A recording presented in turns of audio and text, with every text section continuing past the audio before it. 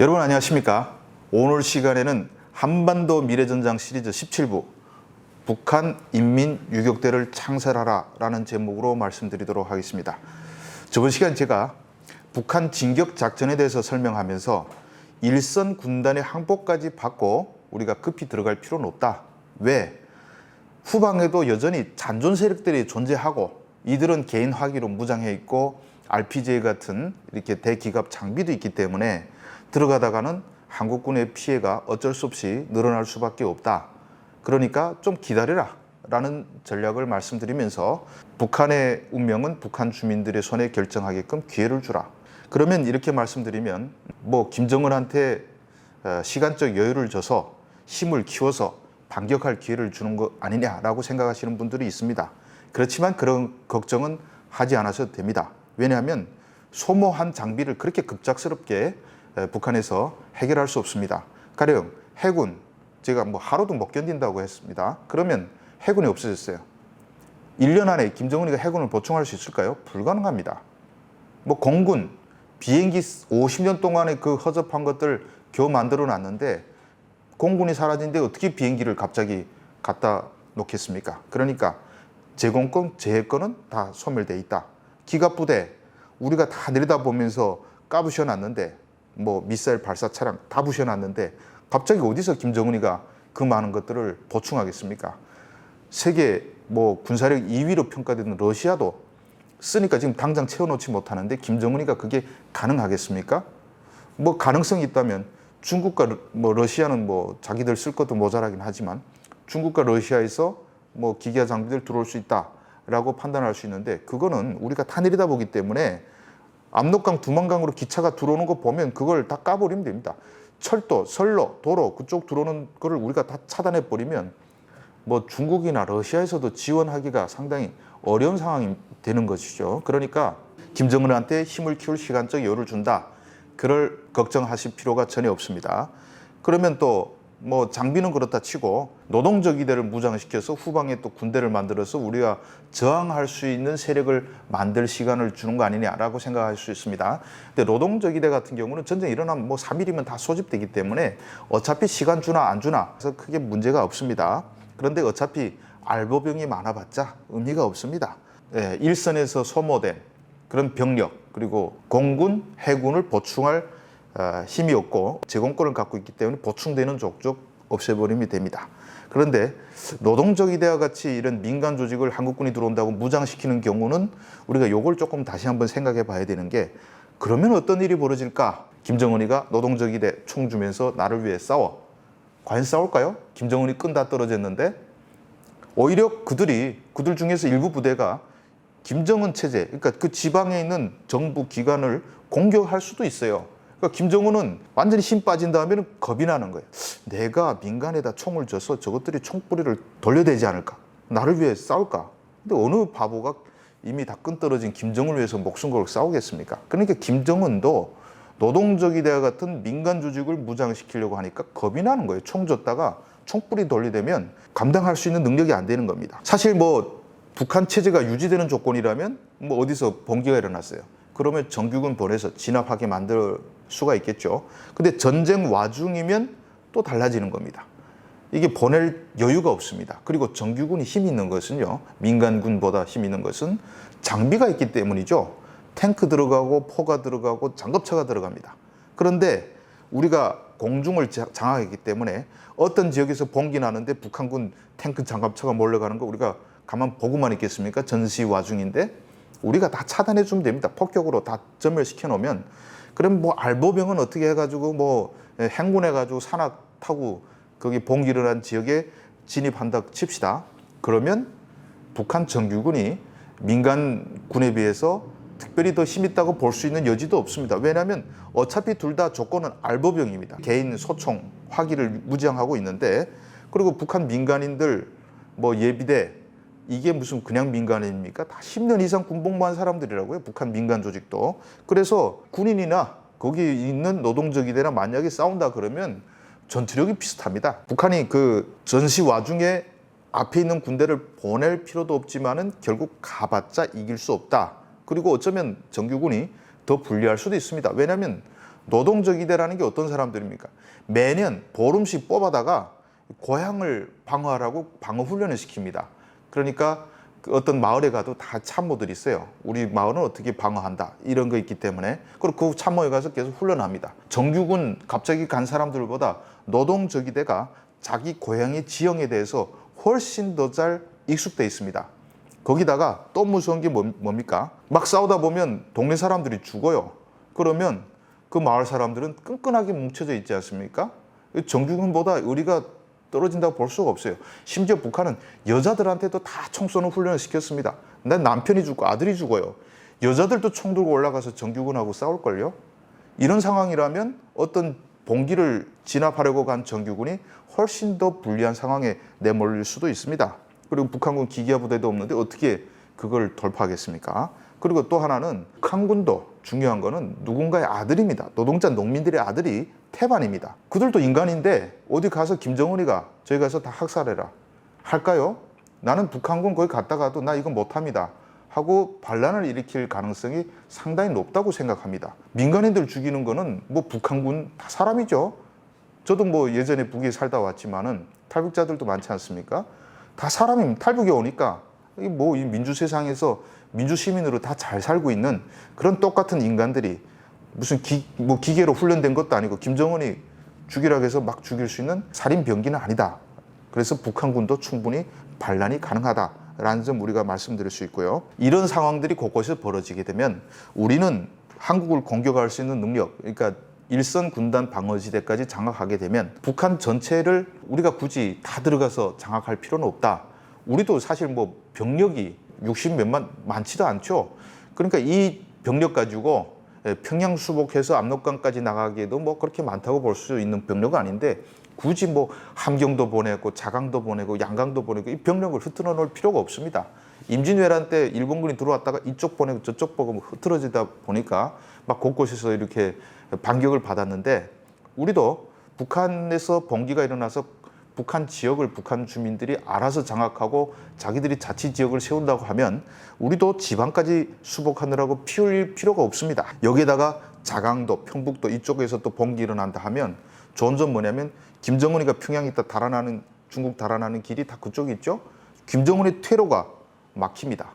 그리고 또 하나는 북한 곳곳에서 반란이 일어나면 중국이 개입할 명분이 없습니다. 이거는 뭐 한미연합군이 압록강까지 오면 우리는 어쩔 수 없다 해가지고 나올 수 있지만 북한에서 내전이 났는데 굳이 내전 상황까지 중국에서 정규군 보낼 만한 명분이 훨씬 떨어진다.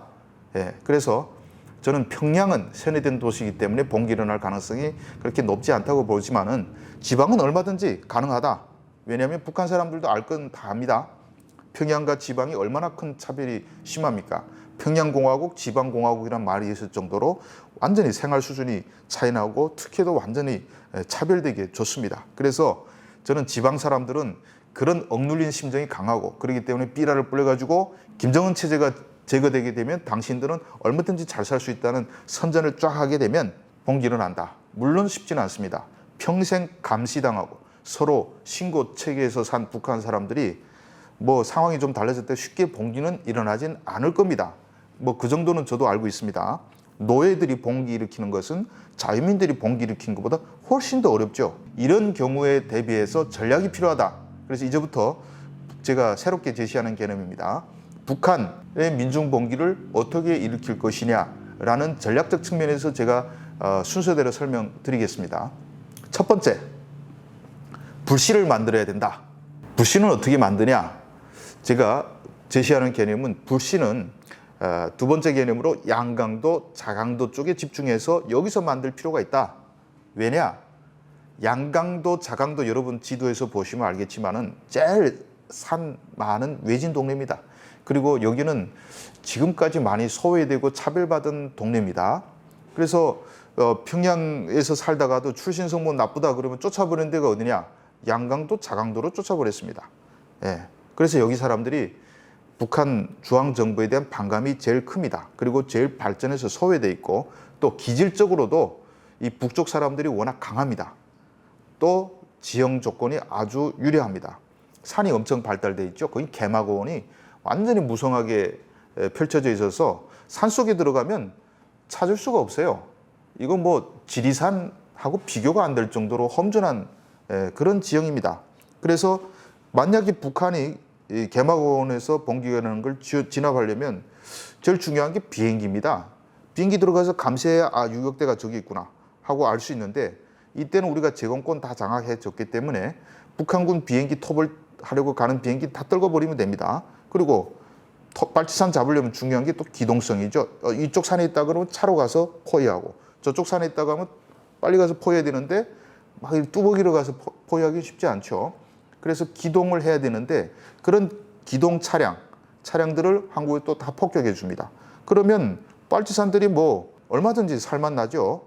군인들이 뭐 막 산에다 풀어놓으면 너무 넓고 험준해 가지고 이 알보병들이 가서 제압을 하기 어렵습니다. 정규 병력이 토벌하려고 하면 우리가 다 내려다봤다가 알려주면 됩니다. 빨치산 사령부하고 우리가 다 연락하고 있다가, 야, 정예 병력이 어느 쪽으로 어떻게 공격하고 하니까 어디 쪽으로 북쪽 산줄기를 타서 도망치면 안전하다. 이런 거 우리가 다 알려주면 빨치산 못 이길 이유가 없죠. 또 밀리면 우리가 또 가서 폭격해 주면 되니까.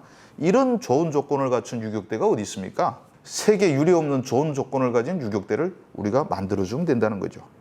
그러니까 김정은이가 야, 이거 적이대한테 총 줬더니 다 반란 일으키네 하고 총 안 준다? 안 주면 좋죠. 그러면 김정은이 또 가용할 수 있는 병력이 줄어드니까 뭐 예비군 다 무력화시킬 수 있습니다. 뭐 그렇다 해서 또 총 안 준다 해서 뭐 그냥 가만히 있겠습니까? 할 사람들은 지방 무기고를 다 틀어서라도 한다는 거죠. 그리고 세 번째 전략은 북한이 먹힐 수 있는 선전선동을 시작하는 겁니다. 그러니까 이 몇 군데만 딱 우리가 불씨 만들다겠죠. 전략적 방법을 강구해서 유격대를 만들고, 이 유격대의 전과, 뭐 동상을 파괴시키고, 도당 청사를 공격해서 점거하고, 이런 전과를 만들어 놓고 이걸 우리가 다 사진 찍어서 전국에다 삐라를 뿌리는 겁니다.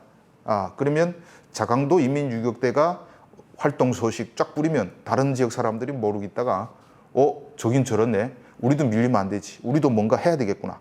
저긴 저래도 되는구나. 우리도 해보자. 할 수 있다. 그래서 인민유격대 참가한 사람들 중에 간부도 당신들 중에 뽑고, 그리고 당신과 자식들은 훨씬 더 나은 세상에서 산다는 선전을 해야 됩니다. 이 북한에 이게 갖고 있는 개념 중에 하나가 이 신분 세습이 쫙 이루어졌죠. 아니 1930년대 40년대 빨치산에서 싸운 사람들은 성골입니다. 뭐 3대 4대까지 줄줄이 간부 사업에서 무조건 간부고, 그리고 일제 때 지주 자본가 뭐 이런 출신 성분 갖고 있는 사람들은 3대 4대 뭐 농촌에서 벗어나지 못합니다. 이 출신 성분 제도 때문에 북한에서 한탄 많이 합니다. 성분이 안 되는 사람들. 우리 중조 할아버지는 일제 때 경찰서에 돌이라도 왜 하나 던지지 못했지 하면서 그것 때문에 3대 4대 억눌린 사람들이 너무 많거든요. 그래서 김정은 독재 정권 해방에 나온 그 이바지한 공로 순서대로 여러분들은 출신 성분 다시 정한다 이러면 북한 사람들 이보다 잘 먹히는 방안이 없습니다. 당신들 싸운 공로에 따라서 1930, 40년대 빨치산처럼 다시 서열 정한다 이러면 저는 나옵니다. 노예에서 당장 주인으로 신분이 바뀐다는 데 안 나올 사람이 거의 없다고 저는 생각합니다. 그리고 또 인민해방구 만들면 그걸 또 삐라 찍어서 뿌립니다. 그러면 고무돼서 다 일어난다. 이 점 확실히 전략적으로 제가 말씀드리고, 그리고 네 번째로 전략으로 탈북민을 활용하라라는 점을 제가 제시합니다. 사실 양강도가 아주 소외되고 버림받았던 지역이고 이민 유격대가 나서면 제일 먼저 만들어질 지역이라고 했는데, 양강도의 또 유리한 점은 뭐냐면 이 지역에서 온 탈북자들이 엄청 많아요. 탈북민 3만 5천 명 중에 양강도 출신들이 정말 많습니다. 이 중에서 군 출신 탈북자들을 우리가 뽑아가지고 뭐 헬기로 안전하죠. 제공권 장악했으니까 쭉 가서 양강도에 좀 이렇게 내려주고 친척들을 찾아가서 포섭하게 만들어주는 거예요. 적이대 같이 이렇게 무장된 사람들 중에 좀 뽑아가지고 무장된 적이대를 뽑아서 산에 올라가서 구호 외치는 장면 막 찍어서 전국에 뿌리는 겁니다. 어차피 전쟁 안 해, 전투 안 해도 됩니다. 피해만 다니고 사진만 계속 찍어서 줄 수가 있고, 우리가 공중에서 또 지원해 주죠. 어디로 가라, 어디로 가라. 뭐 병력 저쪽으로 적들이 간다, 도망치라. 뭐 보급도 우리가 하늘에서 다 해주고. 그래 어차피 유격대가 필요한 이유는 척의 불시 역할을 할 필요가 있기 때문이죠. 우리가 한국군이 북한 들어가서 수복할 힘이 없어서가 아니라 북한 주민들한테 선택의 기회를 주고 피를 적게 흘리고 새로운 개념, 유격대가 북한의 운명은 북한 사람들한테 맡기는 거죠. 제가 전방이 무너지는 것을 이게 제방이 터지는 것과 비교했습니다. 이 제방이 터질 때 갑자기 툭 무너지는 게 아니고 이쪽 저쪽 줄줄줄줄 새다가 무너진다고 했죠. 후방의 유격대 역시 마찬가지 개념입니다. 예, 갑자기 뭐 확 전국에서 봉기 일어나기보다는 여기저기 터지게 되면 아 우리도 해도 되는구나. 우리도 뭐 병력이 별로 없지. 지방 적이 대 모였다가 적이 대장 한 사람이 야 이제부터 우리도 민주사회에서 좀 삽시다 하면 사람들의 억눌렸던 분노가 활화산처럼 터져 나오게 된다. 그게 아주 중요한 문제입니다. 그리고 다섯 번째로 이 과정에 대해서 우리가 조급할 필요가 없던 말씀을 제가 드립니다. 1년이 걸려도 북한의 운명은 북한 주민들에게 맡기는 게 맞다는 거죠. 예, 유격대가 설사 많이 안 나오고 별 효과가 없어도 됩니다. 이 김정은한테는 유격대가 나왔다는 것 자체가 최고의 위협이 됩니다. 뭐 설령 유격대가 없어도 돼요. 우리는 뭐 정찰 자산이 많으니까 김정은이 저 마을쯤에 갔다 그러면 다른 지역에 있는 유격대를 헬기로 실어다 거기 날라다 주면 돼요. 그러면 김정은이 봤을 때 여기 유격대가 생겨났네 이렇게만 알려주면 정말 김정은한테는 최고의 압박이 됩니다. 사실 독재자가 제일 쪽팔린 게 자기가 통치하던 인민들한테 잡혀서 죽는 게 제일 부끄러운 일 아니겠습니까? 그러니까 차라리 항복하더라도 한국군한테 항복하는 게 훨씬 낫죠. 그래서 유격대가 필요한 겁니다. 김정은한테 항복할 말하자면 기회를 주는 거죠. 한국한테. 그래서 유격대가 필요하다.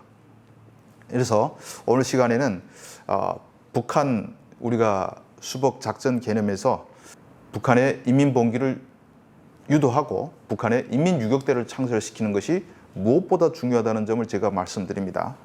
끝으로 만약에 이런 전략이 우리가 준비가 돼서 구사할 준비가 돼 있고 또 작전 계획이 다 짜 있다. 그리고 전쟁이 일어났다. 유사시에. 만약 그렇다고 하면 저는 북한 인민유격대에 참전해서 북한에 제일 먼저 갈 용의가 있다라는 점을 분명히 말씀드립니다. 예. 아마 한국에는 저와 같은 생각을 하는 탈북민들이 수천 명이 넘을 겁니다. 북한을 김정은 독재에서 해방시킬 수 있다면 저는 여전히 목숨 바칠 각오가 돼 있다라는 점을 여러분한테 말씀드리면서 2천만 동포를 독재의 아성에서 구원할 수 있는 절호의 순간이 왔는데 목숨이 아깝다고 비겁하게 사느니 차라리 조국과 함께 영생하는 길을 택하겠다는 점을 여러분들 앞에 제가 약속드립니다. 긴 시간 동안 시청해 주셔서 감사합니다.